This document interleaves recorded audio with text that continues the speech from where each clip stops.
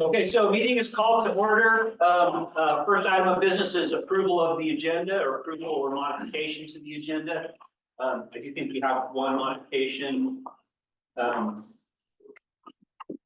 Yeah, You know what it's about. I do. I'd like to add a item to the agenda to discuss the changes to the dates of election and related topics. Yeah, fair enough. I think that would probably fall under item 5, called 5C, under board action agenda. Okay. I made that. Yeah, thank you. Any objections to that? That's got a second? Moved and seconded. Any more discussion on that change to the agenda? Okay, all in favor, please say aye. Aye. Any opposed or abstentions? Okay, so noted on the agenda. Let's see, that brings us into item number 2, member comments and concerns. Welcome, everyone. It's nice to see lots of faces over there. So we'll start off with Graham gives us ground rules for member comment. So the board encourages comments about the cooperative from its members. The board will take all member comments under consideration, but it will not provide a response during the member comment period. The board asks that each participant's comments pertain to cooperative business. Those wanting to address the board during the public comment period are granted 5 minutes to address their topics. Lengthy comments to the board should be submitted in writing. Formal complaints must be filed in writing and submitted in compliance with applicable board policy. Comments from the public will be directed to the entire board, not to any individual. No personal attacks shall be allowed. Failure to follow these requirements may cause the public comment period to be terminated. Copies of our cooperative policies and procedures on public comment and filing complaints are available on the cooperative website. Thank you, Graham. So that's it for the ground rules. I've noticed we have some youngsters here, and I'm slightly concerned about people missing school. So just in order to sort of pick who's going first and whatnot, anybody who needs to get out of here and get back to education or work or something like that, go ahead and raise your hand and I'll call. I saw yours first. So when you stand up, please give us your name and sort of where you live. And if you know what district you're in, you get bonus points. If you don't know what district you're in, just to kind of tell us generally where you're in. I know the school district. You get half bonus points for that. Okay, fantastic. So bear with me, everyone. I'm not a public speaker. My name is Liz Morgan. I've lived in Durango for now coming up on 12 years. I have been a renter in Durango the majority of that time. I am still currently a renter, just for some context of why I'm speaking today. I'm here because I am concerned as a community member about the recent limits that have been imposed on solar energy in our area. Specifically how they're impacting folks like me, who is a renter, and others who are in my community, like many of the young folks that come here for school, and they're not in a position to buy a $750,000 house out the gate. Now, what I'm really concerned about here is that we don't necessarily have the option to install solar panels on the properties where we live. If we have an amicable, landlord or grouping of people that are willing to let us, those discussions do occur, but it's very rare that they actually end up in us installing solar on the place that we live and continue to live in for many years at a time because the market in this area is so difficult to get into. Now, the other thing that I'd like to bring up here is that when I read about the Sunnyside Community Solar Garden, I understood that this was kind of our only option for communal solar. This is the only time in the 10+ years that I've been here that this has even been posed to where we are now at the level of maturity that this project is. So when I say it's our only option, I mean that, right? It's the only time that we've ever been given this opportunity. So it's also something I want to make clear that, I'm not asking for a handout or a subsidy. I want to participate in the solar in this community. I'm not asking to be given a spiff to say, hey, if you let us do this, we'll give you, 10 cents off your bill. I want to be involved in that project as a member of the community. I want to be able to contribute and receive from it, right? Let's see, and as a result, I want to be able to receive some of the same benefits that homeowners do. And I also think that it's future proofing. If we can allow renters to be able to participate in solar and get solar panels on those homes, when those homes eventually are sold back into the community, they're in a better state than they were before, right? So it's not just the immediate short term of I want in because I want to be part of the solar project. It's I want to be able to allow everyone in my situation to be part of the solar project moving forward. Let's see, I have a bullet point list. Let me just make sure I've covered it. So yeah, I think the summary here is that, there's a lot of restrictions that I've read about that make this kind of inaccessible to us. So even though it is something that is being offered to the community, the ability for us to actually leverage it is not quite possible from what I've been able to tell. At least the materials that I've been able to source online, it seems like those restrictions are putting us at a disadvantage where we wouldn't be able to, really buy into this program. And above all, I think that it's fundamental to who we are as orangutans that we have access to clean energy. We poise ourselves as a very green community, a very local, community-focused environment. And I think without being able to leverage the Sunnyside program, we're not really standing up to those values. That's my spiel. Thank you for listening. Thank you very much, Liz, for spending your time and coming in. It's not necessarily easy, but it's part of the process, and we want to be inclusive of that process. So we really appreciate your time today. Anybody else on big time crunch? You, sir, go ahead. I'm gonna read from my phone, so I don't. Let us know who you are and kind of where you live. My name is Romeo. I'm in 8th grade. I grew up here and I love to ski. I see climate change happening everywhere. A shorter skiing season, hotter summer days, less water. I care about the environment and I'm really worried about the future. So are most of my friends. I believe that we all have to do everything we can to minimize climate change. It's frustrating to see how little solar energy we have in our community, despite having 300 days of sunshine a year. I don't understand why we're not building solar everywhere. You've got to fix this. We have to start taking climate change seriously, and we should have solar everywhere, not just on a few people's homes. I'm here today to ask you to do more. I want to ski my whole life. If we don't start doing something now, I don't think that will happen. So please, on behalf of people my age, we've got to do more, a lot more. Thank you for your time. Thanks very much, Romeo. And to the youngsters, thank you for being some diversity in our conversation. You can see the board here, and not everyone's as old as me, but we're all of that older generation. So hearing something from a diverse group is really nice for us. So thanks. Also, I called on you and wanted you to get in here and get through that. So please don't feel bad about walking out, during this. We respect your time and appreciate you coming in. I'm going to bounce back and forth now because I don't want people who are online to think that I'm not watching online.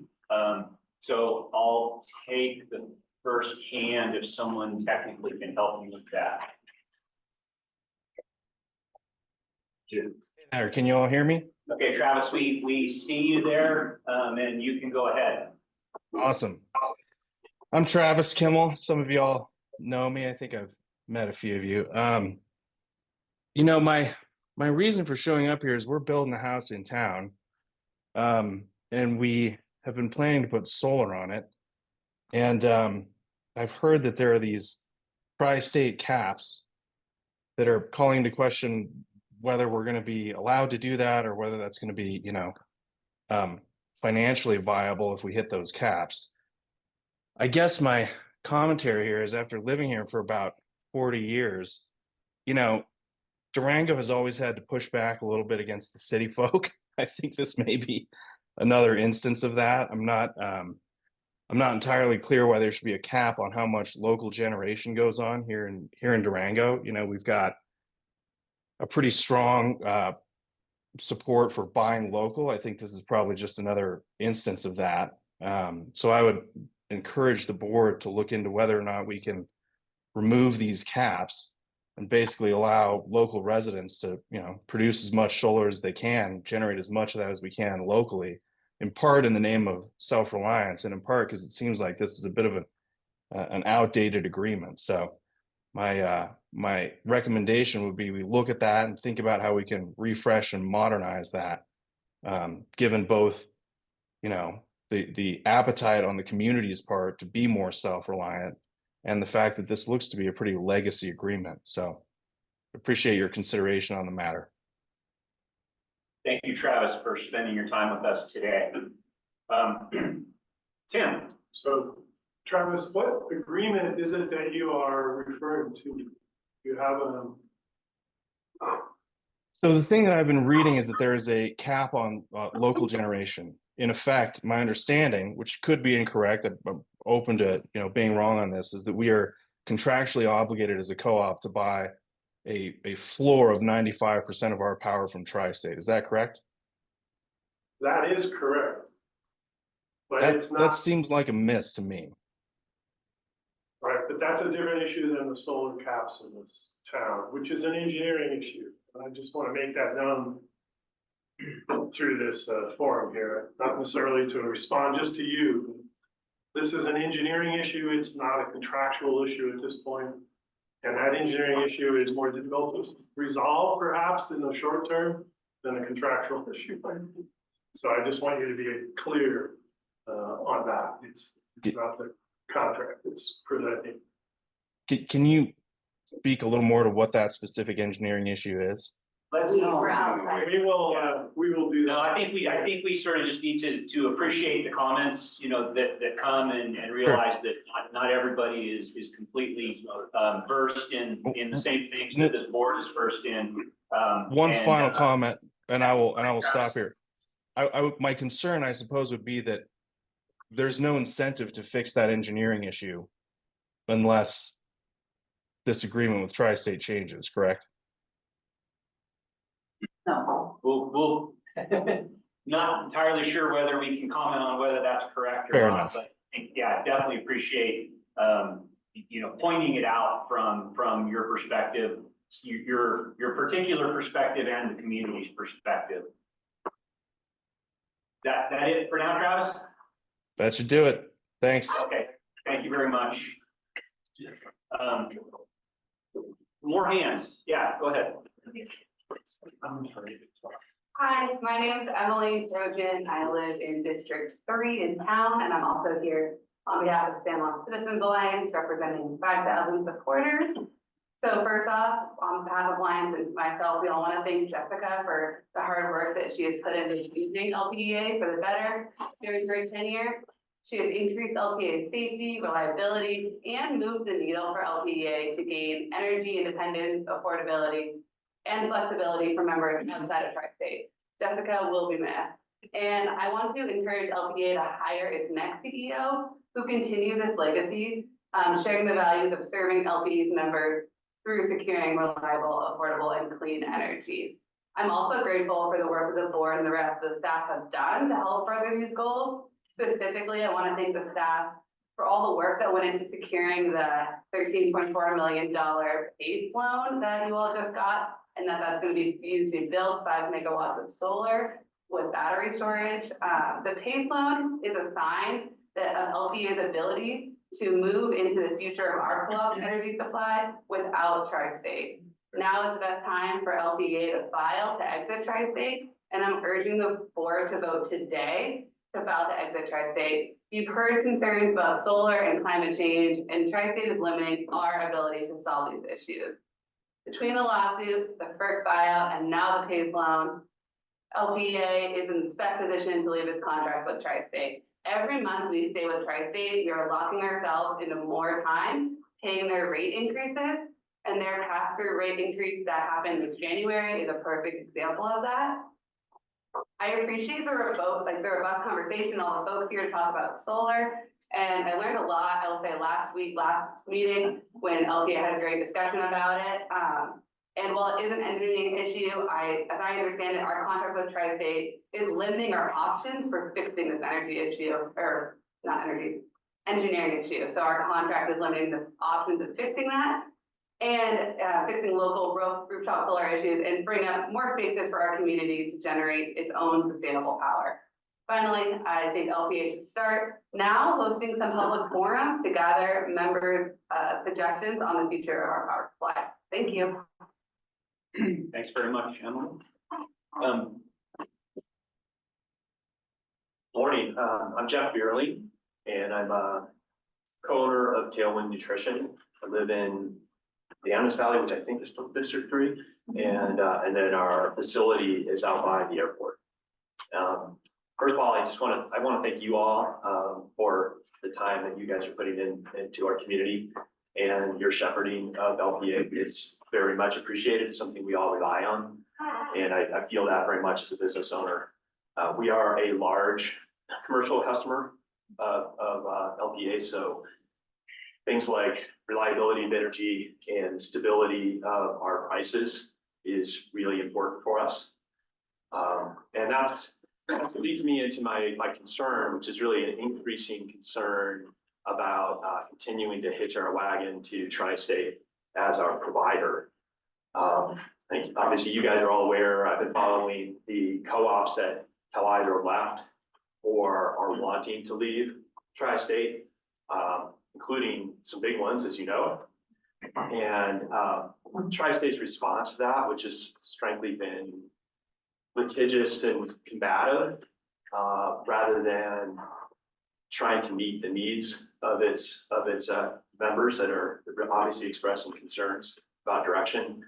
Couple that with the market landscape changing under Tri-State's feet and the reliance on coal assets, really, I think calls into question their financial stability and their ability to operate in the long run.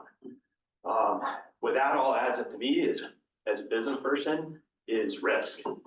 And that it's very risky for Plot Electric to continue to rely on Tri-State as these dynamics play out. We could very easily find ourselves holding the bag when the music stops, or not having a chair, I guess is the right analogy when the music stops. But, and that, then as a customer, we would be facing, I think, ballooning energy costs. And that would be very damaging to our business and our ability to continue to employ people here and to grow and invest here. On the flip side of that, we have a very long tradition in this region of energy innovation. You can go all the way back to the advent of commercial AC power, which is right here in the San Juan Mountains, followed closely on its heels by the Durango Powerhouse, which was an AC plant very, very early. When the Tacoma plant opened, they connected to the powerhouse and formed one of the first grids in the world, really greatly increasing the reliability of electricity.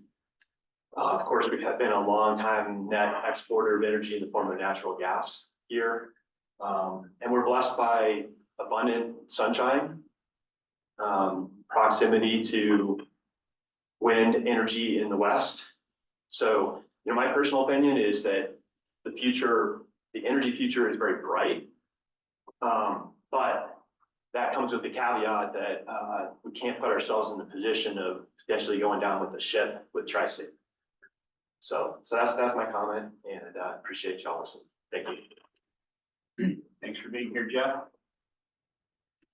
Yeah, well, thank you, Rachel. We'll go back up to the call. Next person is TJ. You're on, TJ. Go ahead. Awesome. Thanks, Ted. Hey, guys. TJ McNichols, homeowner in Animas Heights, which is served by feeder R121. I want extra credit for knowing that. Look, I've got a comment in response to the recent. Credit for something I don't know. Look, Dan, just a comment. So yeah, you got extra credit. Thank you. Noted. A comment to the recent February 17th article in the Durango Herald. LPA puts brakes on new solar arrays around Durango. Just maybe coincidentally, solar energy and its many benefits was a recent topic at my children's school. It opened up further conversation at home about why we don't have solar power, solar panels on our own home. I had to first explain to my children that we live in a red zone, so it's not possible. But then that opened up a broader discussion about the tri-state contract, the 95.5 contract. I must admit, I struggled to explain the contract to my 8 and 6-year-old children because I couldn't really make sense of it myself. But really what it boils down to is, as a family, who prides ourselves really on buying local, supporting local farmers, ranchers, and businesses, it's a shame that we don't have that same option when it comes to powering our own home. It's not in line with my family's values and certainly doesn't seem to be in line with the values of our local community. I encourage LPEA and its members to do everything in its power to end this draconian contract and refocus our time, energy, and dollars on La Plata County, its families, and its future. I thank you very much for your time and consideration. And Marcelletta. Yeah. Thank you. Thank you, PJ. Let's see, I'm going back to the audience, so we can't all be last, so somebody else has to raise their hand and volunteer. Happy to go. Mary, you said, thank you. Well, excuse me, I'm not yet on my phone quite like everybody else. So I'm gonna sit right here. First of all, I want to thank you all for this opportunity for public comment. I think it's so great to see people coming out. And Say your name, please. I'm Melissa Youssef, and I live in the city of Durango. Thank you, Joe. But I wanted to thank you guys for the opportunity for public comment. I think it is such a great opportunity for our community. It's wonderful to see people coming out, participating, and being involved. And it's one of the things I love the most about the city of Durango is the people that make this such a vibrant and welcoming place. And I think it is really great to see the youth who step forward. And I hope you guys really listen to them and resonate. When we have youth come forward, it is so impactful. They are our future. So I just wanted to start with that. I have a few comments, a few notes that I took that I wanted to share. As mayor of Durango, I am here to express our city's strong support for making solar energy more widely available in our community. We've seen the positive impacts that solar projects have had in other communities, and we believe that Durango deserves these same opportunities. By increasing access to clean, renewable energy, we can reduce our carbon footprint, support local jobs, insulate residents from volatile energy costs, and create a more sustainable future for our city. However, the recent decision to limit solar installations is a step in the wrong direction. And indeed, it is very disappointing to see the limitations, barriers, and restrictions. I understand that there are technical challenges to overcome, but I believe strongly that with everyone in this room, with innovative thinking and collaboration, that we can overcome these obstacles and continue to move forward. Whether it's investing in battery storage, upgrading our grid infrastructure, or exploring more opportunities for solar gardens, there are solutions that will allow for continued growth of solar energy in Durango. As a city, we are committed to doing our part to support the transition to cleaner energy sources. As you know, Durango has committed to achieving 50% carbon reduction and 50% 50% renewable electricity by 2030. And this aligns with LPEA's own adopted strategic goals. We want to see more renewable energy projects, more electrical vehicle charging stations, and more initiatives that promote electrification and reduce our reliance on fossil fuels. LPEA's work, all of you, is central to achieving these community goals, and strong partnerships and coordination are critical. And that is why I am urging all of you to continue to work diligently to find ways to make solar energy more accessible to all members of our community. And thank you so much for your time and consideration. Thank you for your service. Thank you for your commitment and dedication to our community. As one public servant to another, I sincerely appreciate it. Thank you. Thank you, Melissa. Thanks for coming in and spending your time with us. Yes. Thank you. Not seeing any hands online, so we'll stay in the gallery here. Yeah, go ahead.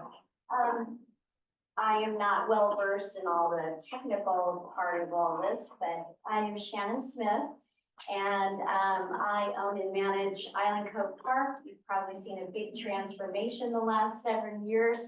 But the tiny home community and affordable housing is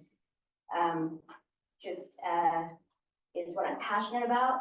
But I think that renewable energy and clean energy and solar should be accessible to all. I've seen a lot of tiny homes that are starting to go solar. And I just think that I trust that all of us can get there. And I'm excited too that the young people are speaking up. We need more people to just show our support. And I trust that you guys can get over the hurdles of getting us there. But I know solar is the way to go. So I just want to show my support and say, let's do this. Thank you for your time. Thanks a lot, Shannon. My name is Karen Zank, and embarrassingly, I don't know my district number. Two, I guess two, I guess, and I would have been right. So I'm representing all of us and La Plata County, not Durango. And I have something in common with Dan Huntington.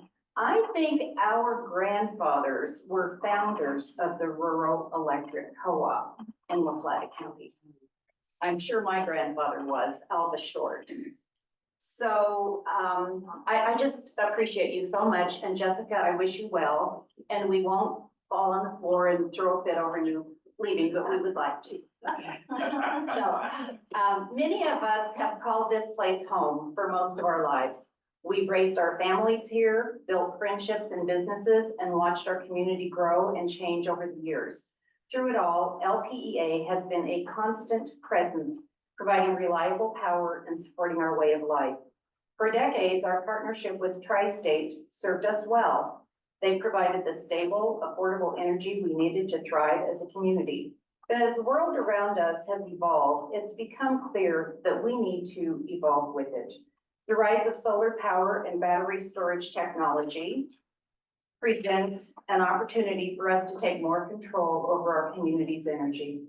By investing in these technologies locally and in ourselves, we can create a more self-sufficient community that is less dependent on outside companies that don't necessarily have the same interests as we do.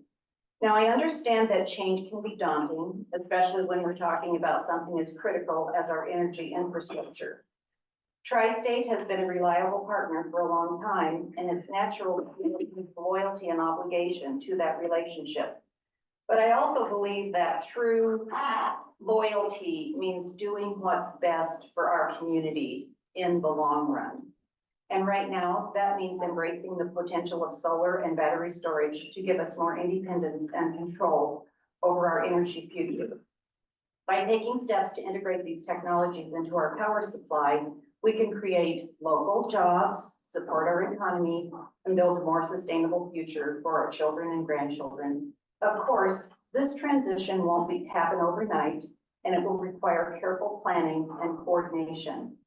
I have faith in the leadership of LPEA, this board, and the resourcefulness of our community. Together, we can chart a course forward that honors our past while embracing the opportunities of the future. So let's approach this challenge with open minds and open hearts and build a future that we can all be proud of for generations to come. Thank you for listening. Thank you very much, Karen. Dan. I need to not take any credit, my family, because we were Colorado Youth customers and we came into LPEA, the co-op, when Colorado Youth went into bankruptcy. Okay, we'll have to leave it up to Alva. There you go. The east side of the county started the co-op and west side. We were under Colorado Youth. It's actually Colorado Western Power. Western Power, yeah.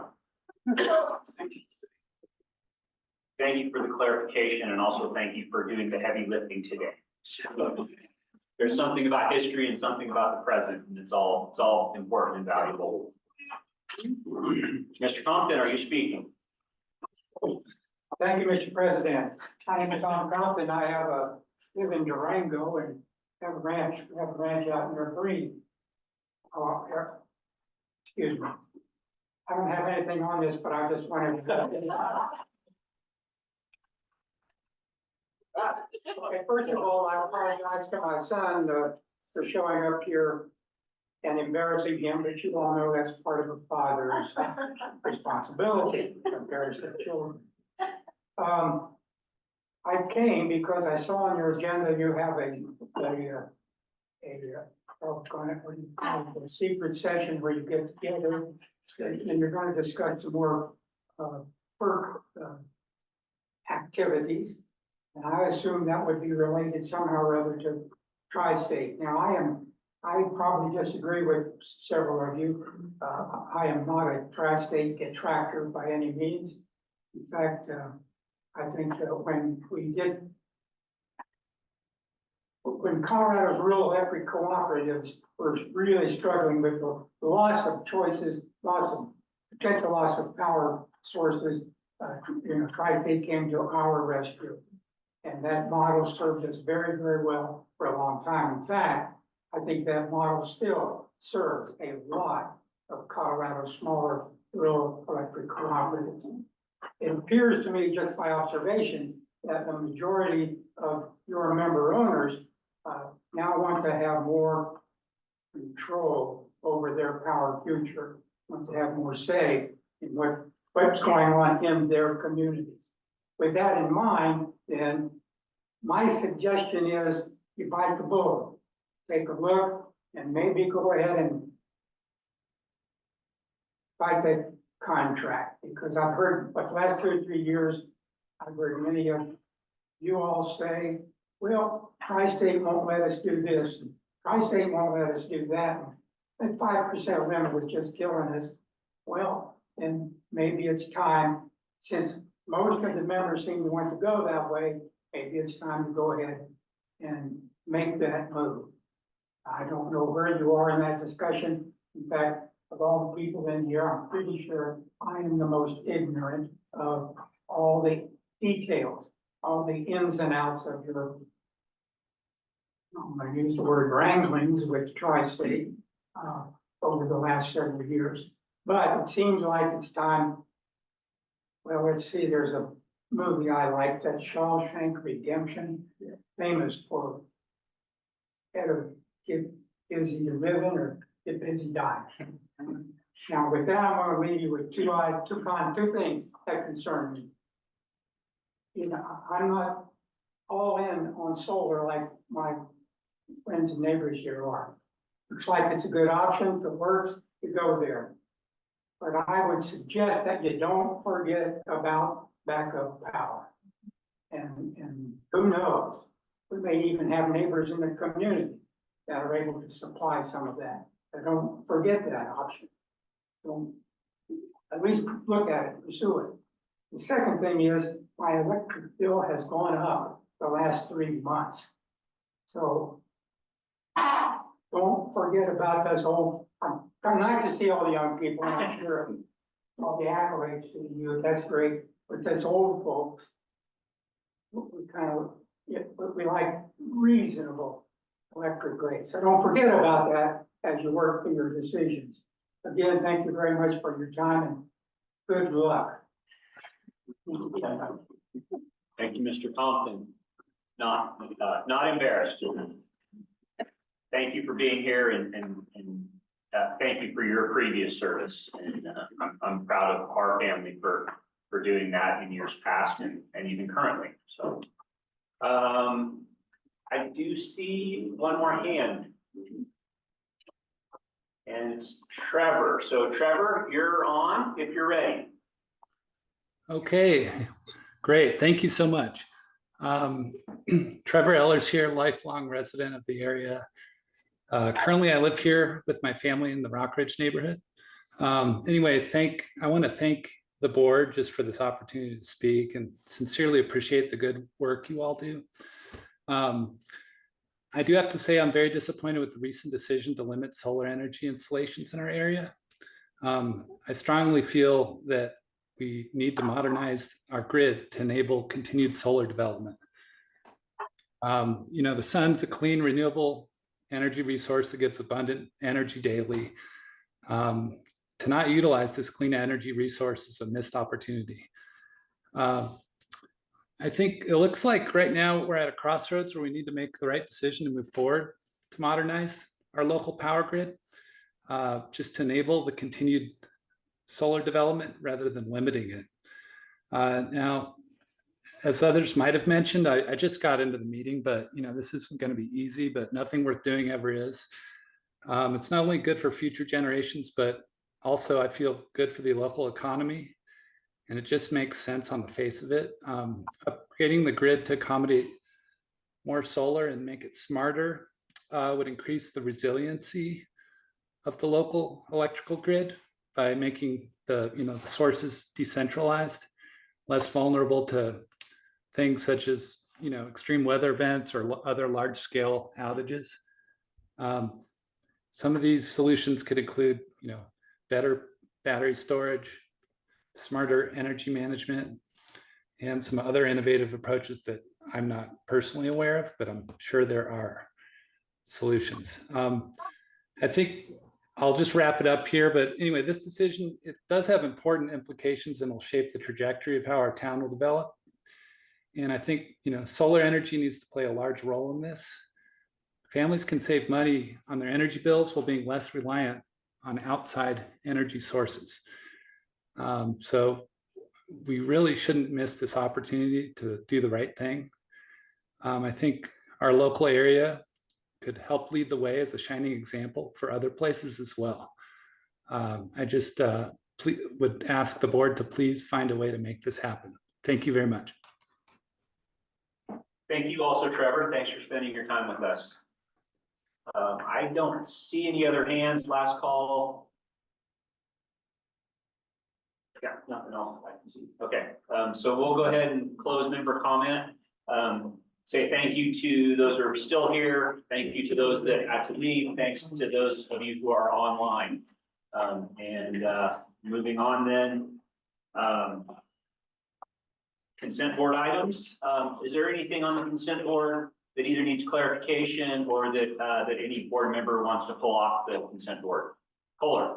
Just need clarification, don't need it pulled off. I have this on page 10 of 66. With the capital credits to estates.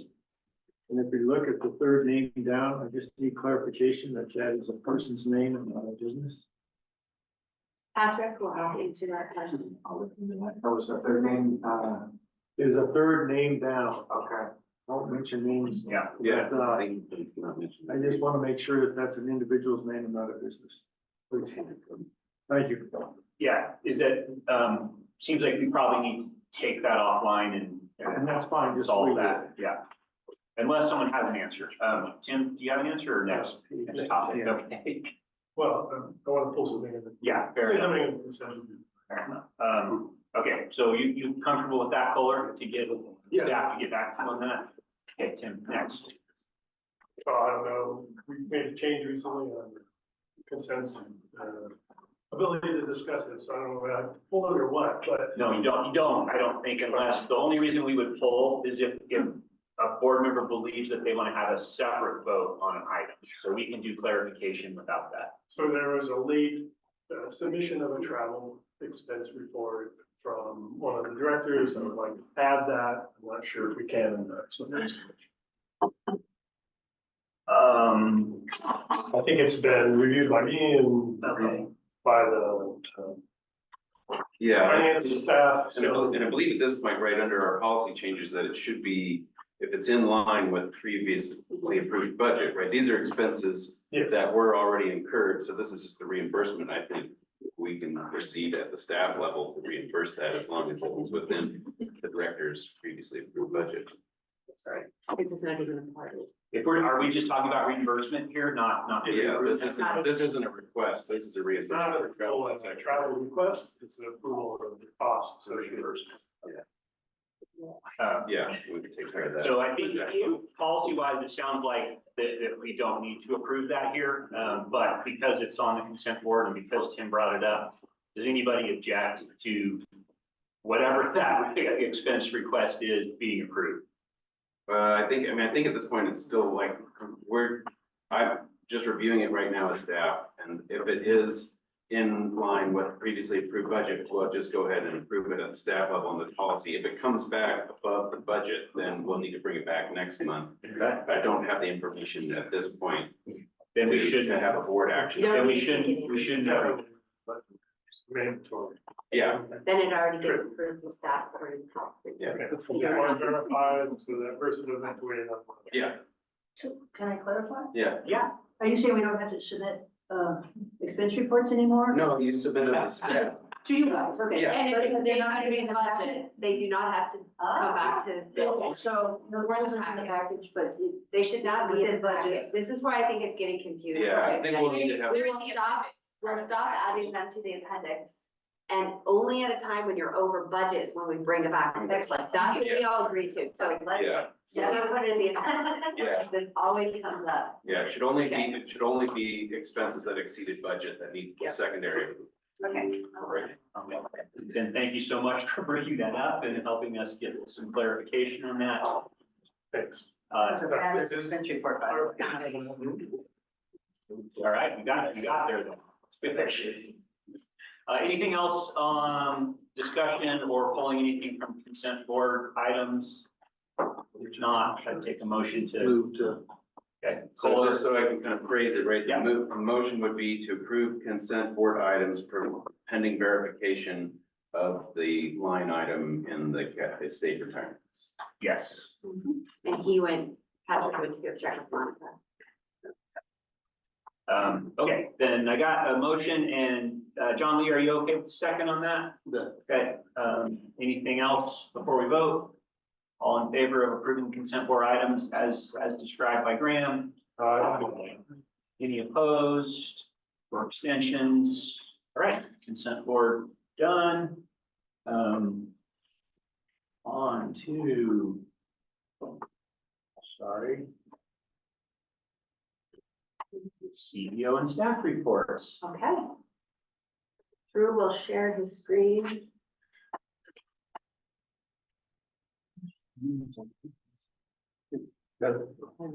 Just under the consent, Yeah. so the ratification was under consent too.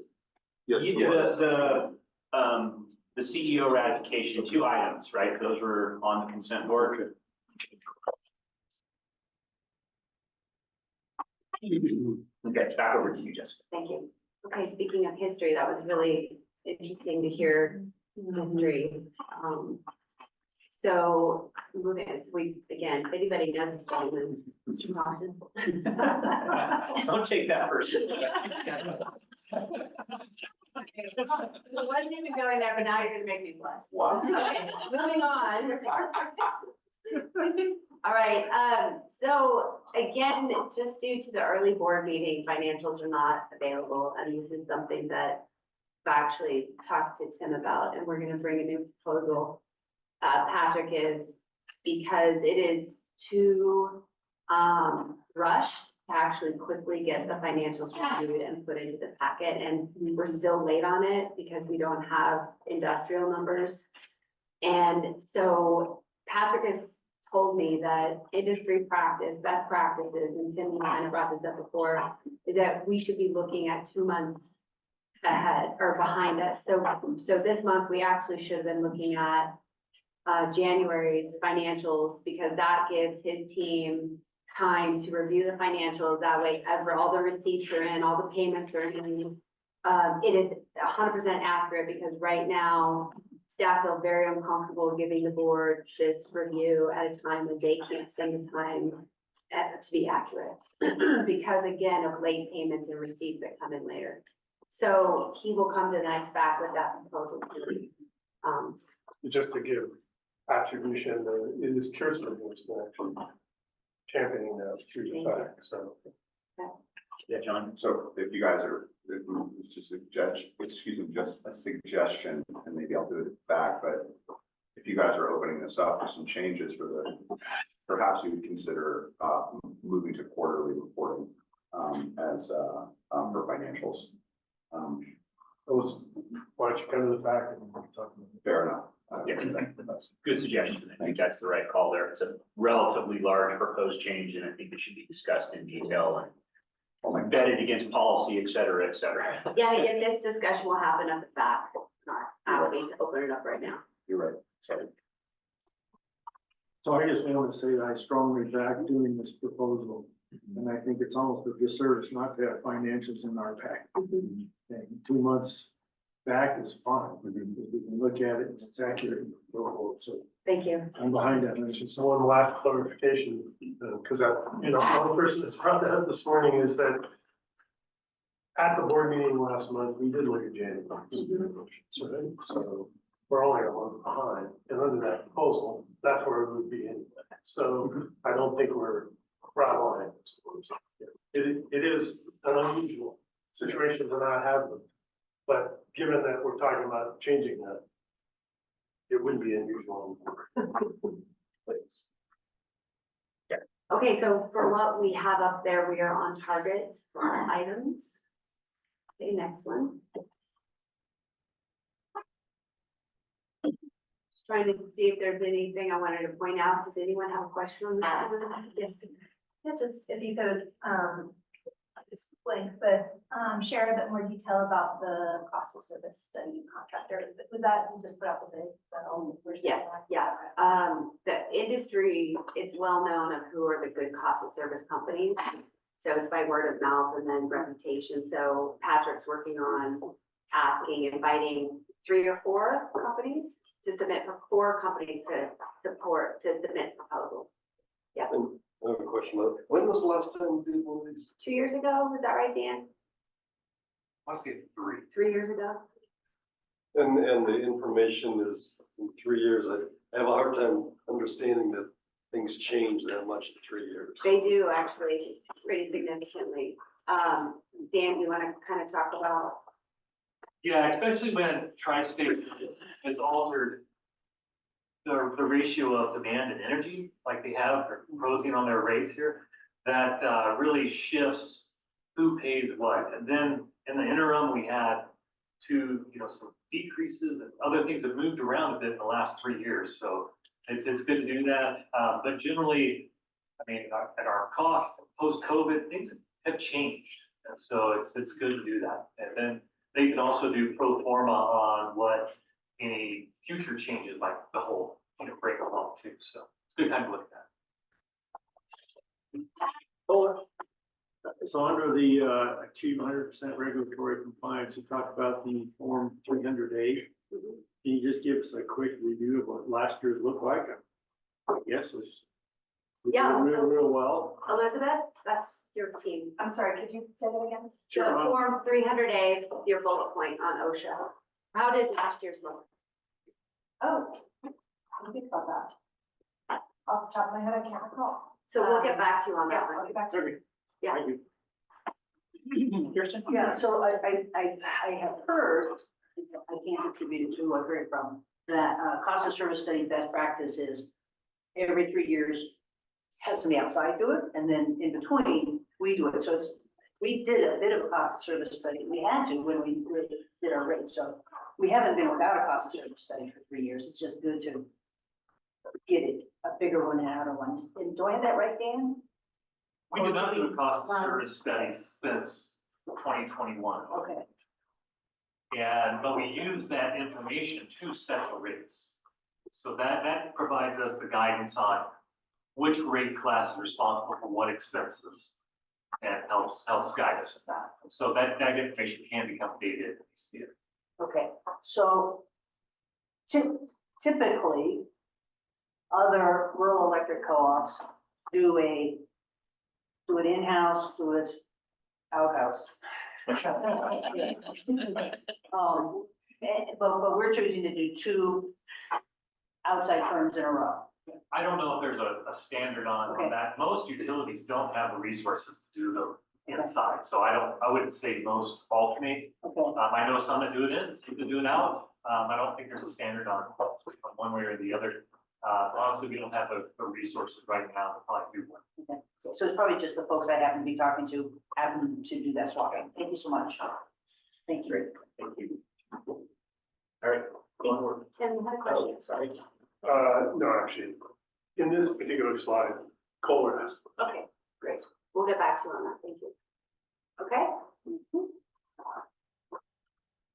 Okay, again, we're working on, heavily on our capital projects. As you can see, we have a lot of crews out there. We have a lot of contract crews working on pole replacements. I just saw some in Durango, and a lot of those are actually just replacing poles for the fiber companies right now.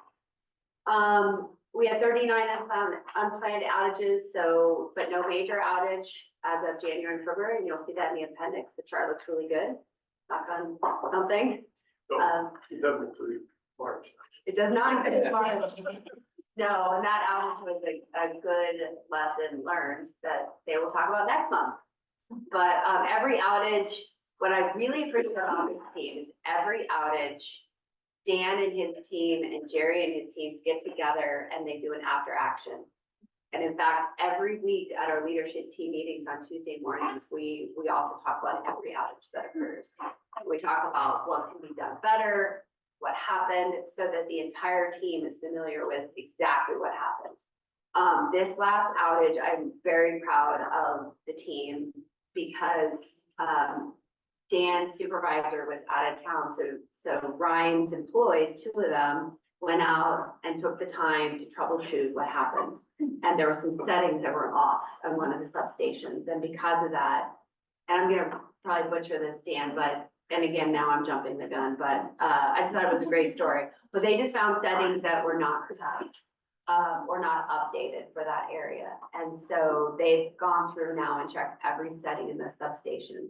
And that's to avoid future issues like this. So again, this team doesn't just take an outage and say, oh, it's the weather or it was a bird or something. They actually go out and go through the data and go through the logs and figure out actually what the cause was. So really appreciate that.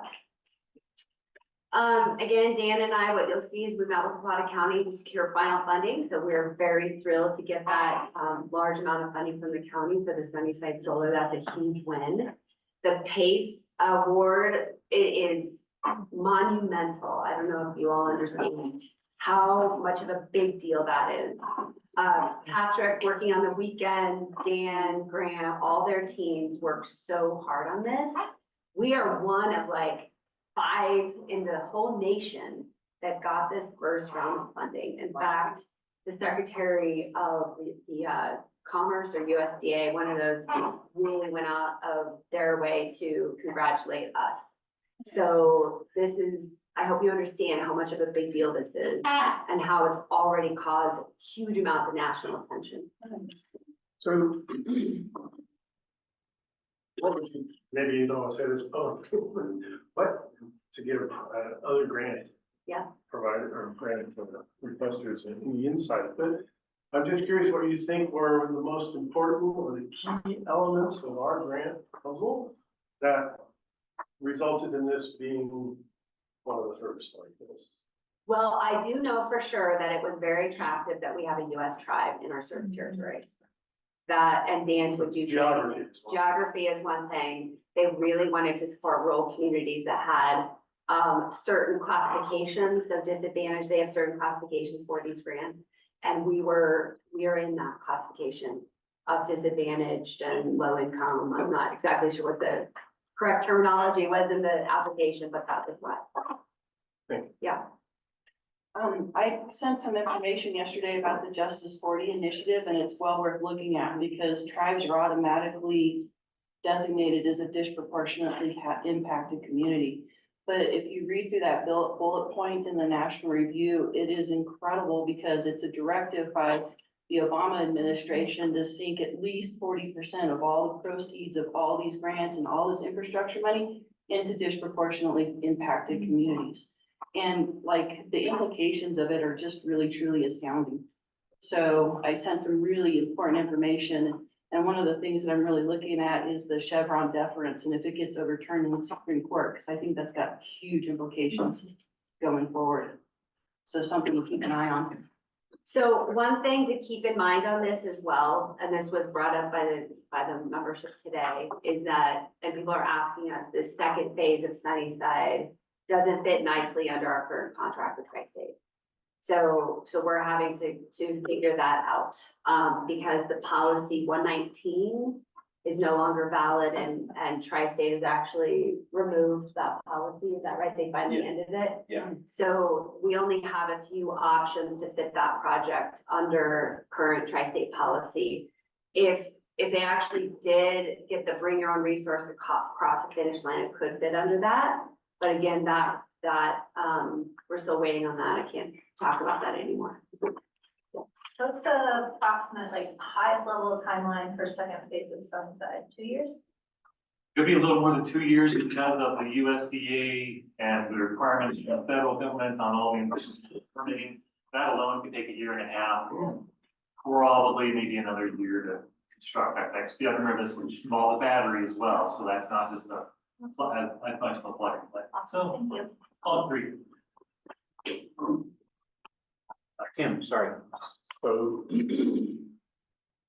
my understanding is because of a potential loss of a cogeneration facility contract, that would free up enough space.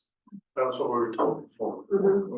Correct, could be. Is that still a possibility? That is still a possibility, but, I mean, just in the last, since yesterday, Dan sent me 2 more possibilities of us to acquire clean hydropower. And all of it together. So then which one comes first? I don't know. But then there's also QF, right? Yes, So there are avenues. there are avenues. They're just more work because of our contract. The QF, or that would be the PURPA, and it's not a good option. It's fine, but if you could do it on yourself, then it would be better. It's not a good payoff. Right. It is an option. It's not worse necessarily, but it's not advantageous. That's anyway, we maybe we're going down. Yeah. Just one more, just brief celebration on the success. Yeah. To leave on a good note and, Thank you. and obviously much more work to do here and. Yeah. To bring it to fruition in some way. Yep. Round of applause for staff. Yeah. let's- Yeah.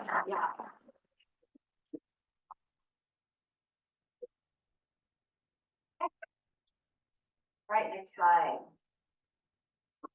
Lot here, a lot of work being done, again, on the partnerships. Really proud of the Grid Solutions team for their involvement with Colorado Energy Office on the microgrid roadmap, so that's great. Again, our staff has really been put on the national map for their expertise on these items, and so that's great. Dan continues to go around the region talking about all the cool stuff we're doing and especially working with Fort Lewis College, so appreciate that work. If there's anything else, Spirit of the Durango Award, that was great. We did not win it. I did not win the Extraordinary Woman Award, but I appreciate being nominated from staff. Thank you. Did you have a question? A couple questions. Oh, yeah, okay. Go ahead. Joe. Do you want to finish? No, if you have questions. Yeah, I just had a question on the last one. I think that's a great idea and this is a great report. So this chat function that you're talking about up there, is this the kind of things we see where we type in a question and it? Yes, it's like if you have other services where they're texting you, and then you can respond back and forth. We are, like I said, we are testing it. It's either two-way or there's one-way. I don't know if you've experienced that. I have the ability to two-way chat with some people, and then I only have ability to one-way chat with people. So we are looking at that because if we want to create the two-way chats, we want to make sure that someone's on the other end responding. Right. And we don't want to make members even more upset if we don't respond. So that's the kind of stuff we're working on. And so, but it hasn't started yet, right? No, And is it gonna take more staff or just more training? no, to Elizabeth, do you want to do respond to so? that? Sure, yep, so we're shooting for June.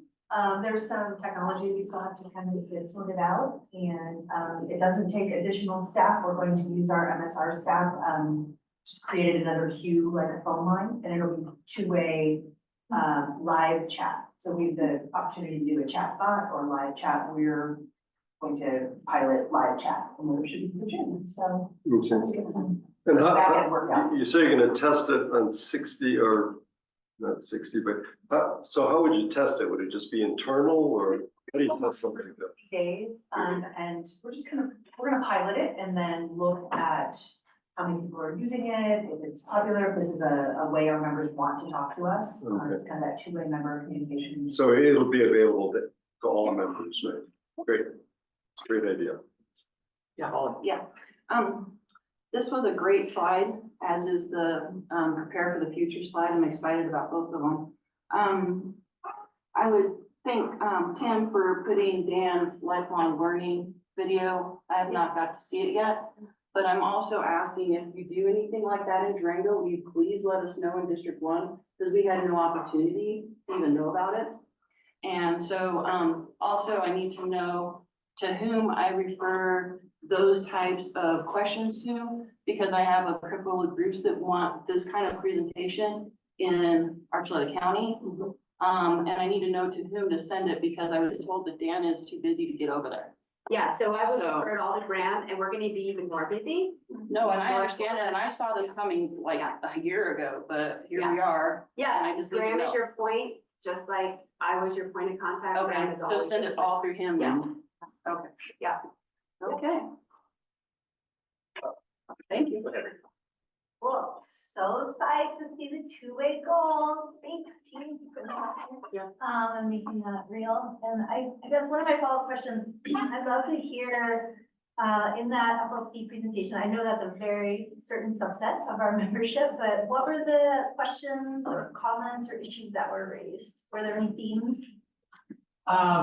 Just a lot of good questions on how things work. And, that's really what they were after, is sort of like a grid 101, how does things move from here to there? What possibilities do we have? Gosh, I'm trying to remember the question. There was just a lot of questions that came at the end that I didn't look at real recently. I don't know if there was in there. Do you recall any of the solar type questions, solar on my roof, and those kind of things, electric vehicles, how that impacts the grid? It was a pretty well-educated group. I think more than half of the people had solar on the roof, I think, when Jan asked. So. Kirsten. Yeah, this slide, I think, is when I get to refer to my notes from the community comments where I have need better communication on physics. And that's it's something got missed if the primary reason people think that we had to stop, at least the vocal people think we had to stop, was because of the tri-state contract, as opposed to where we're built, where, yeah. So I'm just pointing that out to Graham mostly. Thank you. Kohler. Yeah, under the partnerships, we talked about Colorado Energy Office and the S&C Electric. What is S&C Electric? Is that a vendor or? Yeah, S&C is not an acronym, does not stand for anything, it is just the name of the company. But yes, that is who we purchased a lot of our sectionalizing equipment for, particularly underground switch cabinets. If you look around here on a lot of that, they do make some overhead items. It's a big vendor of stuff that we purchased. And they've been contracted with the DOE to run this study. Thank you. I'm on the LPEA scholarship committee right now, and I've gotten some feedback, which I totally can relate to, because I had this same question when I was a member, which is like, why is our electric co-op in the business of giving away money? And I just think that needs to be part of every communication, and maybe it needs to be reworked, the story of unclaimed capital credits, that this does not affect your rates by us giving money away. That's not, that's not money that we could be putting towards lower rates. So I think that should be part of communications. Thank you, Tim. Yeah, I mean, in a sense, it's not LPA giving the money away. It's a foundation that was set up by it. My understanding, right? Technically, And but what, optically, it's different. Talking about the scholarships. Yeah. Not around it. So the, Okay, maybe I'm wrong. yeah, so Nicole, great point. We'll work on the team with that. Yeah. But to your point, I agree. It's really difficult to explain unclaimed capital credits, but so I'm gonna punt that over to Amanda and to focus on that communication, because Carrie is the one under her staff that manages that, but great feedback. Thank you. Yeah, and just one more brief comment on that. I think it's really important to focus on, maybe most of us, some of us knew that 10 years ago and we don't now. And so education, this type of communication and education needs to be sort of repetitive and ongoing. And it's obvious that even you bringing the question up here, 12 people don't exactly know, and so, man, it needs to start in this room for sure. We should all be very clear on that. We can be part of that educational system and talking to members, but we can also use our outreach arm to be part of that education and communication. And I think it is a really important thing to distinguish is what really is the co-op doing? What is, what is it doing for the members? If we're just giving your money away, that doesn't sell really well. So we need to be clear about those things. Thanks for the question. Rachel? Just reflecting, and it's also a question or a point that comes up over and over and over again. So it's just continual process improvement and trying things. I'm trying to remember if this was the one last year that our comms person put a lot of work towards, or if that was a fully cross. Can't remember, but anyways, I do know there's something out there where we try to do this like kind of more visual and it's super cool and helpful. And the thing that's popping in mind is if you go to the natural foods co-op, when you walk in there, you're in a co-op and the care for community is like one of the things guiding them because it's everywhere visually. And so it's just an interesting difference. Like I don't think people know that about LPEA. Thanks. Onward? Yep. Okay, we don't have these numbers. We'll keep going. Okay, enough of the future. Just trying to think, I already talked to the PACE grant. I think this page is really not the grants. Any other questions on this one? Yeah. Oh, sorry, yeah, Joe. Under Grow DER, it's the pump water integration is underway to include grid-enabled resistive water heaters. How is the resistive water? Is that basically a heat pump water heater, or what is that? I'll let Dan answer. It is actually not a heat pump water heater, which is why it makes it so important to control it. So it's not everybody can utilize heat pump water heaters for one reason or another. And this program enables us to control those, which is a larger item to control. It's 4.5 kilowatts as opposed to when a heat pump running is maybe 100 or 200 watts. So heat pumps need to run more of a long duration at a lower wattage, whereas the resistive heat pumps or resistive water heaters are a big element that's good for us to control. And is that a new technology, resistive water heaters? The resistive water heaters, traditional water heaters. That's a traditional water heater. But the new technology is the interface to control. Oh, I see. Okay. Yeah. Thank you. Yeah, Tim. I'm sorry, I didn't. Looks like it's you. So you mentioned the fleet of heat pump water heaters. And I'm curious how you enroll people into it. Yeah, that was part of the Animus View pilot project that we did. So that's what I'm referring to as when I say the fleet. We have about 20 water heaters that were done as part of that pilot project. And at that moment, John Kinney was out there enrolling each one of those himself individually. That is the program we are trying to grow currently through our virtual Peaker and Canoe platforms. So it seems to me that there's an easy entry for acquiring those enrollees, or at least asking the question. I mean, I just had one put in. I submitted my rebate form, got paid, thank you. But no one asked me if I wanted to be part of your fleet. So there's an opportunity there, that's all I'm saying. Yeah, we're still in the test phases of that. There are definitely some challenges on keeping things connected. But I mean, yeah, I guess that's a different question. Or do you want to be enrolled? Yeah. So Dan, are you saying that the program is not open yet? The program is not open. I think that's still in the pilot. But I think that's what he's saying is that they're trying to figure out the bugs of the integration, but in the future, to your point, when you submit that application, they should then reach out to you and say, would you like to be enrolled? Yeah. One other thing that came up was there was the opportunity to add some technology to my hot water heat pump at the time that I Yep. purchased it. Yeah. And I don't know whether this is relevant to our program or not, but it was, some communication connection, right? And so, and I was like, I don't know whether I need that or not, I have no Yeah. clue. So there's also that opportunity, because I might be able to enroll in it, I don't know whether I need it. Right. Yeah, so Dan, that's a great point of feedback, is that if you guys are gonna open this program, educate members before they purchase the equipment.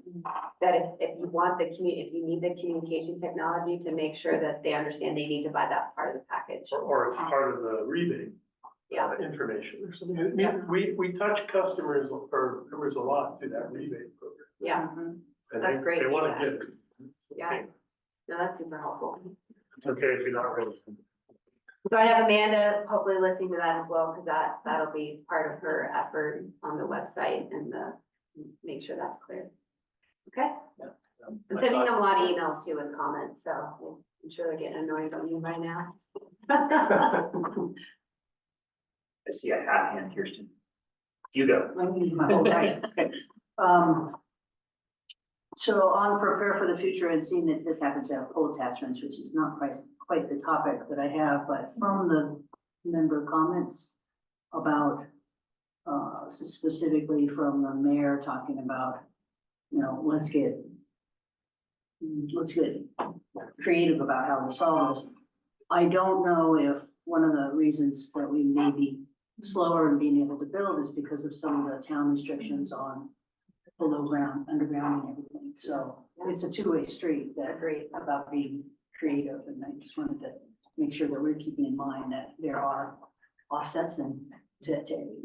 That's actually a very great point, because there's a large solar entity in the county that's having a hard time actually getting the solar developed because of some of the county restrictions as well. So, yeah. Great, two-way street for sure. Rachel? What happens in those instances then? Well, the county can deny the permit, or the city can deny it, and then we're out of luck. What we would have to do though, Rachel, which is a great question, is that we would have to go and legally ask for code changes. Yeah, that's the way to do it. We have, and do we ever exercise that? To request code changes. We have in the past. I know this happened when I first started. We had some code changes. Another code change that we got in state law though was not prohibiting electric heat pumps from HOAs. So that's another avenue. We have staff that are looking, that will identify when there's a code that impacts us. In fact, we have an employee on the planning, used to be on the planning commission. Used to be. So we do have folks watching and monitoring. Great. Yep. Expert on the board. On the subject. Okay, onward. Yeah. Okay, that's it. Thank you. Yeah, any more questions there on Oh, dashboard? no, but Patrick wanted, he's raising his hand. I think this is it's a name. Okay, we confirmed this person. Yeah. All right, well done. Thank you for the quick research. Into agenda item, guess we are on 5, board action. Starting out with Finance and Audit Committee update. Do you want to take? Oh, are we good? Did I skip right over break? Yeah. I just didn't know if you wanted to break the folks or go ahead and do board action. Anybody want a break? We'll do it. Back is short. You never know. Digging in. You never know. I see one hand for break. Yeah, Let's just do our break now. Yeah. Let's see if there are any objections to it. There's my buddy. Yes. Handing me some report. Yeah, we're Presenting. okay. So we're spending money right now. Let's go. Not sure if that's the right whip or carrot, but we do. If we're gonna move right into attorney update, we do need to modify the agenda, which I would propose takes board action, item 5, down to just before, sort of after executive session, and just before reports. Is there any objection to moving that down to, No objection, I'm just gonna do it. Yeah, we could just do it by. All right. If anybody hasn't do it. So that's been done, and that allows us to move into, attorney update. So Matt, thanks for being here, and we will hand it over to you. Public session, attorney update. Good morning. Nice to see all of you. Thanks for the time. Couple quick items from a public perspective. We can certainly dive in a little more detail on the executive session side. Adams County case on motion to dismiss remains fully briefed in front of the judge. No decision on that yet. Optimistic on that, but continue to wait that out. So no substantive update on the Adams County side. With regard to the FERC side, I would summarize the state of play as many filings across many cases by many parties without any specific action from FERC to date. So put a finer point on that. Tri-State's rate change, so their formula rate case remains pending. The commission has issued notice of deficiency. We responded to that notice of deficiency, as did several other parties, proposing that either that case be sent into a settlement judge procedure or outright rejected. So FERC has not ruled on that yet. That remains pending. They're getting pretty long in the tooth, obviously, on that rate filing. And then a lot of activity also on the side of the calculation of United Power's exit charge under the CTP tariff. As we expected, parties have quite a bit of distance between the two of them, hundreds of millions of dollars. United has been making filings across a couple different cases, putting out, their view of what their value should be. Tri-State has its value, and we do not have FERC action on that. So the long and the short of it on the CTP is April 1 is coming up quickly when everybody's CTP needs to be provided, but there's also a great deal of turmoil on the formula implementation side in terms of how that needs to be done. So don't have any finality on that, but that is the update from a public perspective. Any questions on this? Yeah, Kohler, go ahead. Yeah, I've seen where the FERC commissioners does not have a full house. And in fact, I don't think they even have they don't have the quorum. So what are your thoughts as far as these things proceeding, or can they proceed without that? I mean, it seems like it's been years that it hasn't been fully staffed, but now it seems like it's in a pretty drastic position. Yeah, it does potentially induce delay. However, there are nominations pending for all of the seats. They're out there as a slate. My understanding is they're going to have confirmation hearings here in the very near term. So the notion is to try to get back up to a fully staffed for here in short order. So I don't know that it'll be as prolonged as some of the past vacancies have been, just because there is a slate of nominees that are out.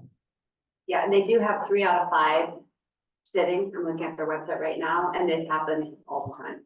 Yep. Do they kind of slow it down for the election, or does the election switch those commissioners, or are they in there first? So only the chair will switch and then the majority will switch.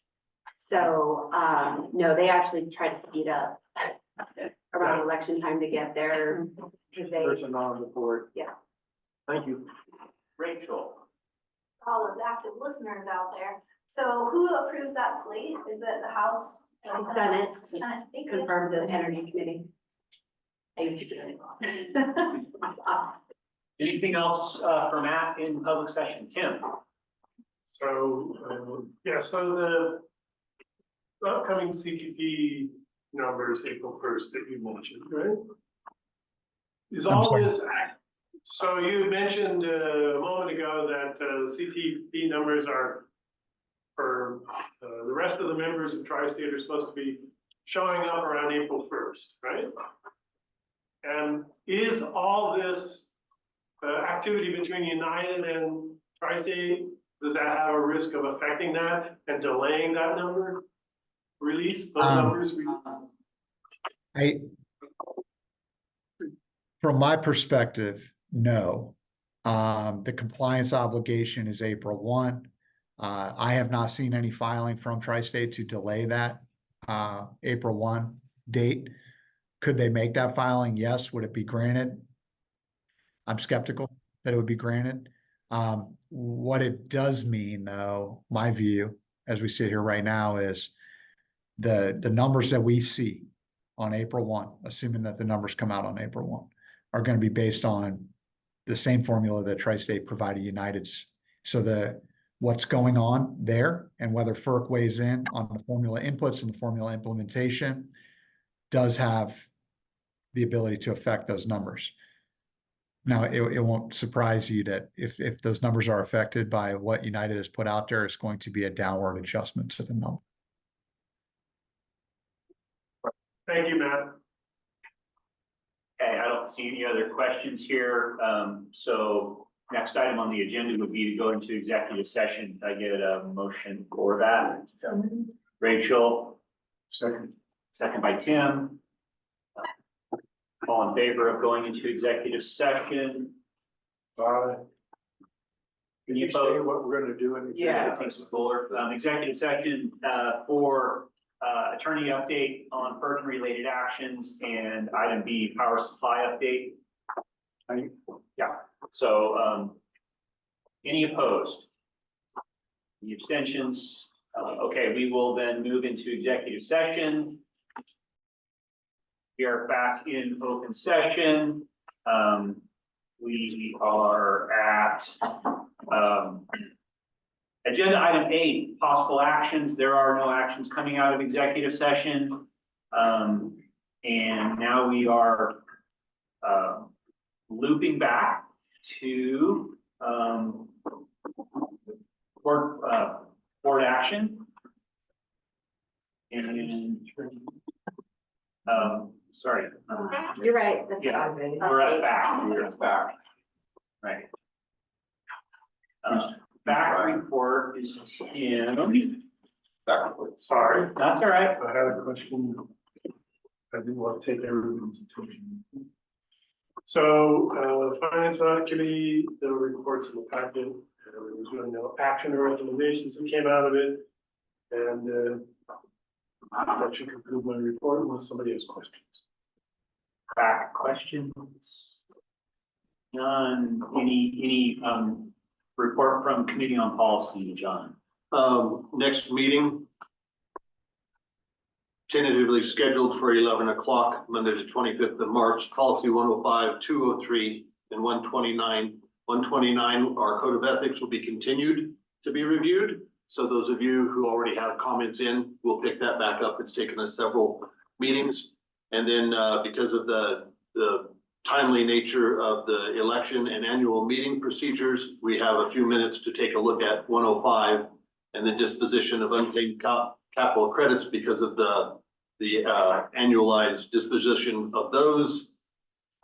Policy 203 will be seeing if there's any review on those. Otherwise, nothing else. Thanks, John. You said comments. Was this just committee comments that you're seeking? No, we've already received, we're most of the way through to Joe's comment on 129. We are most of the way through it and have comments that we've already received and are still working through those. So what you've already sent in, we have been massaging. I'm not even aware I was reviewing. Yeah, no, and so we've been sort of reviewing it at the committee level. And so when we have our full suite of comments at the committee level, we'll bring it to the board and then the board and introduce that, say, board, this is your deadline to have your comments back to the committee. Committee will reevaluate those comments and come back. So we won't like go straight to a board vote without circulating it around. Yeah, I guess my question was really, you're talking about board, not board comments, but committee comments. Committee. Yeah. And some. I didn't miss it then. No, well, and some non-committee members, I believe, have commented, right? Right, and we've taken not those. included from commenting now, but Okay. Right. we haven't solicited comments. Thanks. Okay, so now we have a new agenda item C under board action. which is related to resolution 2024-02 to continuation of the LPEA annual meeting and election.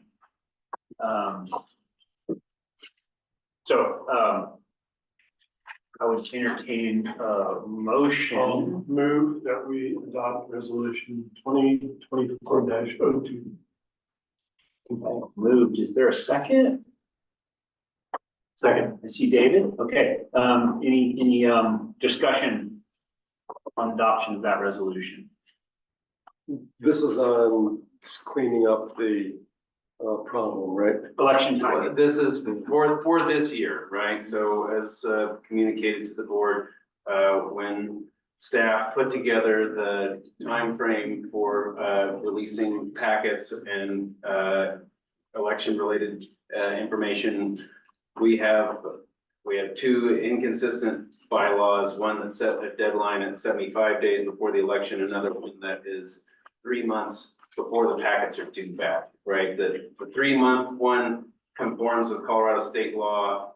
The 75-day deadline does not conform to Colorado state law. So it is the deadline that staff used to set our internal paperwork deadlines is non-compliant. We would not give potential candidates their full suite and right of deadlines, time frame to get their packets out and returned without continuing the election like this. And my opinion is that all of these deadlines belong to the candidate and not to the cooperative, right? You can't shortchange a candidate of their statutorily entitled right to have a set amount of time to have access to the information and have it returned. You can't sort of agree unilaterally as a board to foreshorten it. And so I really think that this is the option that the board has, is to extend this deadline to make sure that every single candidate, potential candidate, has every timing right that they are entitled to. Okay. Just a couple of questions. Well, first, do you want to go, Tim? Oh, Yeah. oh, I'm sorry. So we're voting simply on the annual meeting date change in this resolution. And that will effectively cancel the one that we had scheduled, and that will return to a regular board meeting schedule. It was a regular board meeting and an annual meeting scheduled on the same day. So it would just be a regular board meeting and the annual meeting will be continued. And any discussion of a bylaw change to take out that inconsistency would happen at some other point. Well, or, I mean, we can discuss it after this resolution. I would prefer that they be sort of two separate, that this just be this resolution to move the date. And then I did circulate a few different proposed bylaw solutions that the board, that we can take up after this. Anything else on getting the annual meeting moved for this resolution? Sorry. Just a couple of quick questions. So then in 2025, we'll go back to having May election then? And it will, you know, we moved our election 3 different months, typically to accommodate the county clerk serving as our special election independent third party. So, you know, it has sort of floated through various months. It has been between May and June, and since I've been here, I believe, in the sort of like. I mean, I'd like to see it stay in May, because then people are campaigning when most people are around. It's in September, you're in the summertime, a lot of people are gone and people aren't paying attention. Yeah. So that just. Fair, I mean, fair enough, absolutely. And under our bylaws, the meeting is set each individual year. So we don't have a bylaw that has, you know, third Thursday in September or whatever. We just said the board shall set the date. Okay. And so that's what we do.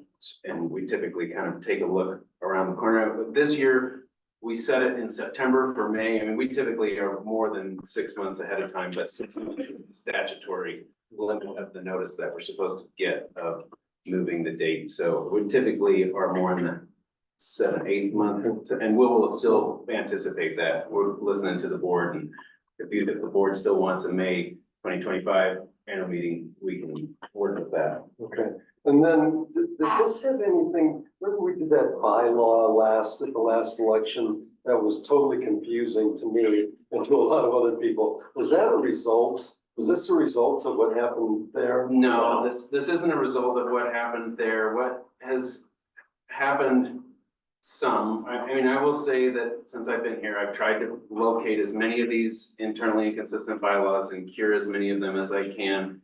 I will admit that I had not seen this one before, hadn't caught it, and it is a miss, right?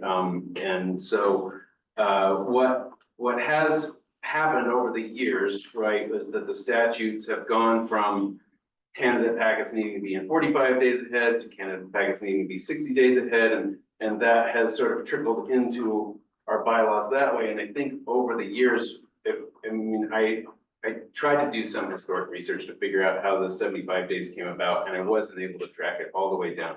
But the logic to me is when the old candidate packet return deadline was 45 days instead of 60 days. If you add 30 days onto that, you get 75. And so I think that's where that bylaw came from. And then when we moved to the more modern statute is 2 months notice before the packet's due. We actually say 3 months in our bylaws. That got put into a different section of the bylaws. And so without them being in the exact same section, somewhere over the course of time, people didn't notice that they were two different dates for the same day. Okay. So, so we all saw that, we all saw the email from the member about basically what you said in the meeting about, and the member brought up the 45 days and 60 days. Does that relate to this? Does that clear that up? Does that answer? That was, so, my legal analysis at that point was that our bylaws said that packets had to be in 60 days ahead of time, and Colorado state law, and it said no less than 60 days. And Colorado law said no less than 45 days. And I was concerned that it was exposing the cooperative to risk for a candidate saying, I can have, as long as I'm not within 45 days, I should have all of that time to go out and circulate petitions and get my signatures in. So if you cut me off at 60 days, I feel like I should be entitled to 45 days under the law. And so that was my legal analysis. That was my opinion. I brought it to the board on my suggestion. And, that was the intent, was that if we had a deadline of 60 days and the statutory deadline was 45 days, even if it was worded weirdly, that a candidate could feel shortchanged in what they felt they were entitled to statutorily, like, no, I still had another 15 days. Why did you take that away? That was the point of that. And it was, what also was happening at that time was then the Colorado legislature then turned around and changed that from 45 days to 60. So then we had to, within several months, change it back to 60 where it was, right? But we had an election in the interim, and I wanted to make sure that LPEA's policy and policy 105, so we sort of err on the side of people being eligible to be candidates, people being eligible to run, as much democratic participation as possible. And it felt that it was in that spirit of LPEA's election policy that would give candidates the maximum amount of time to get their information in and to be eligible. Okay, and we do need to deal with those emails and quote unquote member complaint, and that'll be a soon topic. Okay. Any other discussion before we go to vote on moving the annual meeting? Okay, all in favor of resolution 2024-02, please raise your hand. Aye. Any opposed? Abstentions? Okay, resolution passes. And then if we could, on that sort of same topic, it did circulate a few possibilities for changing the bylaws next month, to take that non-conforming, and there's no doubt that 75 days advance notice is not conforming with the 2 months before the packets due calculation. So I think one way or another, it needs to come out of this. All situation has the potential to present itself again. So I had one solution is just to take that section out. Another solution is there are some different types of notice, and you could take those notice types and put them in with the 3 months in the second section. So it talks about posting in the office and publishing in the newspaper. So you just add that to what is already in the statutory text in the conforming part of the bylaws. Or you could just take 75 days and make it 3 months before packets are due as well, right? So that you would have the two bylaws, but they would just have the same date, right? So if somebody grabbed bylaw 1 or bylaw 2, it wouldn't matter because the calculus of these. And we do need to have agreement on this today because it needs. We want to post it for 30 days. So that when a bylaw does not conform with Colorado law, the board can amend it without taking it to the membership on 30 days notice. So we would sort of make an agreement now, we would post it, and then the vote would be on in April when we could have public comment on it later. So does anybody have input on essentially the two different options there? I mean, my input is the second, which is simpler in terms of language, but it does extend one of the timeframes. No, it doesn't extend it. No, the time frame should be what the time frame is. The time frame is set as 3 months before the packets are due by the bylaws. That conforms with Colorado law. So I don't think the board is in a position to amend that, right? That needs to stay. But what you could do would be to take, there's just a few different, the non-conforming one has some, the conforming one says post on our website and make available to members in the method they prefer. And then the other one, the non-conforming one says post in the paper and post physically in our offices. So you could just take those, add paper and offices to the specific statutory text. And now you've kept all of your methods of communication that were in your bylaws previously available. Like they're all there when staff goes to set these deadlines. We'll see 3 months before the packets are due, we'll check all 4 of those boxes. Another alternative, the other alternative would be to take the 75 days and turn that into 3 months before the packets are due. And then you sort of got two parallel bylaws, but they got the same date, so you'll get the obligation there. I mean, to me, the first one is more convenient because now you're not going to 2 different bylaws. It's more consolidated, but whichever one I think would work. Tim? So if I understand, you're looking for a motion. Yeah. To post for 30 days. Amendment to the bylaws, laws, rules, and regulations. As per bylaws.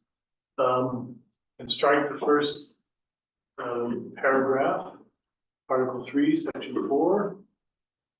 And then amends Article 3, Section 5.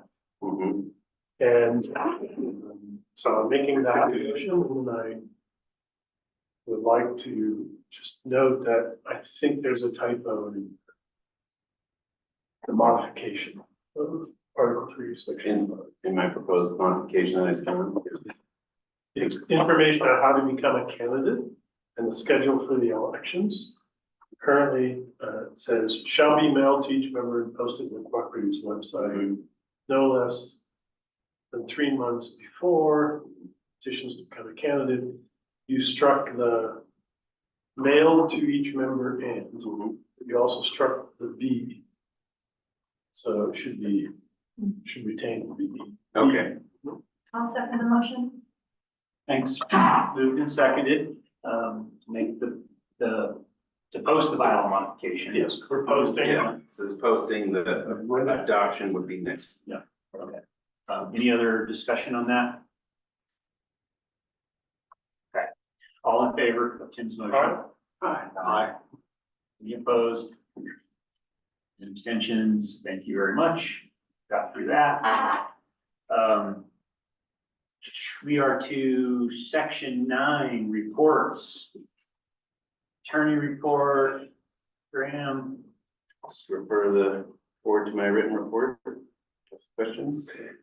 So, on your last one, Troy, BYOR presentation preparations, so are we just? Well, hang on, this is because we're in public session now, so that is still subject to FERC, settlement negotiations. About the BYOR? Yeah. Yeah, probably just send an email, Joe. Yeah, Kirsten.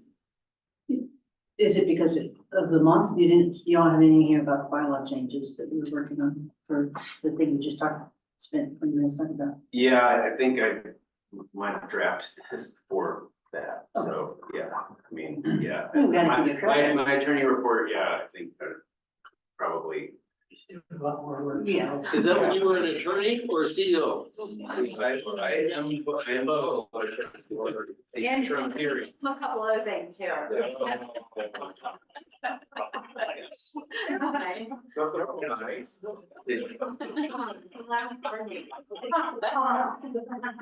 Should we tell you what we?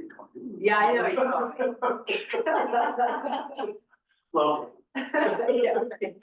All right, are there, so that gets us to director reports, and I would just ask if there are any questions from the board on those reports or specific comments from the report submitters. Tim? So there's a report in here with no name or. The NWPA balance sheet orientation. Under roundup. Yeah. It looks like it's a report, somebody who attended the course. So that should have gone there, but I didn't think it's really worth bringing up, but I just, there was part of that course, Kristen, you were there as well. It's like once a month financial courses by, what did you think of it? Well, I don't know if you noticed, but I was off and on the Zoom 100 times. Something was going on in my thing. So I have not, they sent me the recording so I could hear it. So what I heard, I thought, oh, that's a good reminder. There's a lot of things, so that's a good reminder. And God knows what this is. My question was simply, who's the author? Oh, that's me. Okay. Yeah. Maybe in the future, we can put your name. You know, that's like name. I mean, it's funny because I'm like, a lot of people don't even do reports, so I'm getting in trouble for not putting my. I like your report. Here.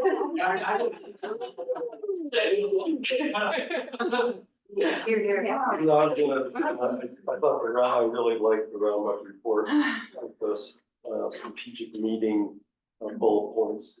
Great. Yeah, it was a good meeting, I thought. Yeah, I called it a great job of reporting. I will never diss it. Because I might end up having to do it. Okay, great. So, at the CRA meeting, we did have a speaker from a, new event that's being held in Kansas called the Sun Power Student Challenge. And so it was fabulous because it was a collaboration between cooperatives and, an entity called Pittsburgh that designs student, education products and stuff like that. But what they did was they said, okay, how would you design a solar system under these parameters? And they had to design it with the right voltages. They had to take into account aspect and trees and like everything you can think of that a normal person to design a solar system would have to take into account. They had to build their little house that they were going to slap the panels on. And then the panels were actually working panels. They're minute to fit on a model house, but they would take their model into a room that would generate a sun, and they would have to measure within the right parameters and stuff. It was really a fabulous like presentation. And what, another thing that sold me was Pittsco, does the, Skills USA, which is a huge thing over in Pagosa. We have a lot of groups that go to this. And so, I thought overall, the whole presentation and the whole concept was really fascinating. They're trying to see if there's an appetite in Colorado for this. So they're saying that they would need about 15 cooperatives to participate, but Pittsco would go out to entities to help fundraise to be able to put the whole thing on. So I have a couple of links to that particular student challenge. It didn't have the great video, so I'll try to track down the video that goes along with it. But I would like for this board, because I know that next month is the true up. So I would like to suggest that we consider looking at sponsoring, at least sponsoring a team, or at least pursuing this. I thought it had value. I think that was one of the primary things that I really wanted to bring up in my report. Oh, the next thing is, I will be out of town for a little while. I've already been speaking to David about, he's my backup for those meetings. So, the other piece is that I'm on that legislative committee. Tim, do you want to happen? Oh. I think Tim should do it. Tim should do it. Anyway, so that, now that Tim's gone, I think that's about all I really wanted to bring up in particular out of my report though. So Holly, what do we need to do to sponsor this then? Well, if you guys are even interested, what they're telling me is that it would be 1,000, 2,000 to sponsor the first group. If we want a team, it's teams of 2 to 4 high school students, though they did have a middle school team participate. And then after that, it's $1,000 per group to participate, but that's all of the mentor, the materials that would be required for all the students. It's all of the materials and stuff. The only other cost would potentially be sending the mentor, who does not have to have a background in solar, I would say, to send that mentor to Kansas for the training. So I could get some more numbers nailed down, but it was definitely, I think, at least worth it. I mean, just correct me if I'm wrong, but I think that's fully within staff purview, right? So I think you should submit that to Submit the request to Graham, Graham. and he gives it to Carrie, and she sees, you know, Scratch the brain and figure it out. totally, and I'm sure they would sponsor, I'm not sure they'd sponsor someone going to Kansas. Just Right. because they have a limited sponsorship dollars, and again, this goes back kind of Nicole's point about using member money for all of our sponsorships, we just have to be a little careful on that. Right, but this is also training the future and how to put in solar panels. So, and getting people interested. Are you? You have what? Can they go through Roundup for that? I'm so curious, is that like, yeah, I mean, that's kind of where Roundup, that's the point that was created for Roundup, is to sponsor this type of thing. Yeah, I don't Yeah, know under if it's a nonprofit would be applying for that though. Well, it's either gonna be Skills USA. If they got a team, they would need to be interested. Point. Archletto or Durango's high school program could then. Write a grant, Yeah. and then it goes to Roundup, and it goes under education. That's typically what we're having schools do, is go through the Roundup, because that's more appropriate. Well, I don't think it was really a school sponsored thing. It's a cooperative sponsored thing. It's the way they've structured it is what I'm understanding. So I'll find out more information and get some more information. Well, maybe it could be split, sponsored what they can, and then the grant for the training person go to Kansas. That's a good Hey, point. that's a good one. It's a win-win. Yeah, totally. Did you have something, Rachel? Yeah, the CRA is supposed to hand webinar on impacts and implications in RTO. On the 16th, I just want to highlight that, folks didn't see it. And I still never seem to understand how to get notices from CRA. You'll send it, I'm sure. Oh, do you not? What are you missing? You and I can talk offline, but I just want to flag that for folks. And then also just to flag it, all my annotations just went away. Yeah. Well, we're over time. I know. I said, if you do not make edits to the word book after a certain time, because literally all your highlights and questions and all the things are now. So Drew, did you hear that? Yes, it looks like it's getting ready to build another one. I'm assuming the annotations will come back. Oh, the I'm annotation. not sure what edits are Got it, thank you. happening, but glitch. Yeah. Gremlins. Good. Okay, anything else? It's like telling you to go home. I have one more, Anything else? on reports. Just one question. There was not anything here from Tri-State, and typically there is. We're meeting today. They're meeting today. Oh. That we met, So it's a time. yeah. Thank you. Question? All right, then before we adjourn, I'll take this opportunity to say goodbye and thank you. Thank you. And, So you should get an email. yeah, there should be, something, some. And that gets us from all over. Okay. Although I was over. So, yeah. He thinks we're paying you back. And you think we're paying you back for that. Well, it's up to you, Kirsten, but I never expected you.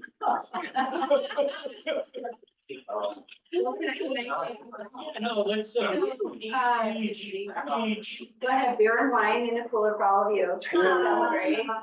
I just want to say, I will miss the back and forth most of the time. But I mean, truly, this group, I appreciate it. I can't remember who said it, but the group thing, I'm so happy this is not the board that's the rubber stamper. I mean, most of the co-ops that I spend time with are rubber stamping. And that is one thing where my fellow CEOs get frustrated about. But a well-working board makes all the difference in someone's, in a CEO's life. And I know I'm strong-willed and I'm spicy and I'll fight back. I'm sorry, Fuller. I should shut my mouth oftentimes, but I do appreciate what you say. And I listen to it. I sometimes react and I apologize. Kirsten is doing that as well.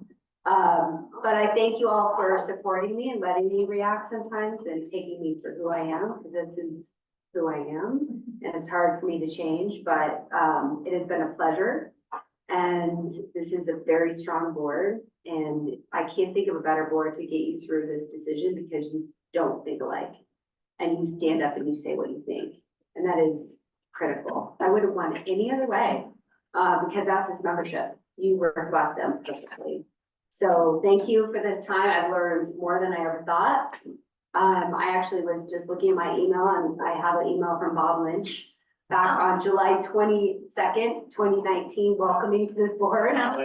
So it's kind of funny to reflect. It seems like yesterday and many of you were there and hired me, and I'll never forget the meeting room where you had me come in and I didn't know what to expect. So thanks for taking that chance on me. You did. Thanks for not running out. Yeah. Well, I told Peter, he was a recruiter, I called him a while ago, and I'm like, you did not tell me what I was getting. But I am thankful for it. It's been wonderful, and this team of people back there are some of the most amazing people I've ever worked with. And that's why when I sound confident up here, I am. Like, I have no doubt, but that's because it took a while to build the dream team. And you have the dream team today, and I'm not just saying that. You know me, I'm gonna tell you the truth. And it's true, this is a great team and they are ready for any challenge you throw their way. But, so thank you for supporting me and them and for pushing us. You guys all pushed us hard and that was good, mostly. Sleepless nights a lot of the time too, but it resulted in a good decision. Maybe too hard. It's okay. It's all good. Thank you. And thanks for this. I appreciate it. To Jessica.